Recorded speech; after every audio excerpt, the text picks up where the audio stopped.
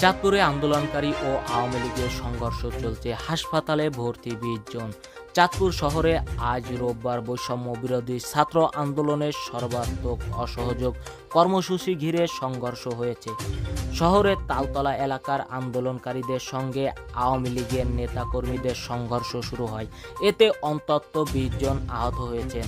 আহতদের চাঁদপুর সরকারি জেনারেল হাসপাতালে ভর্তি করা হয়েছে বলে জানিয়েছেন হাসপাতালের তত্ত্বাবধায়ক মাহবুবুর রহমান। তবে তাৎক্ষণিকভাবে তাদের নাম জানা যায়নি।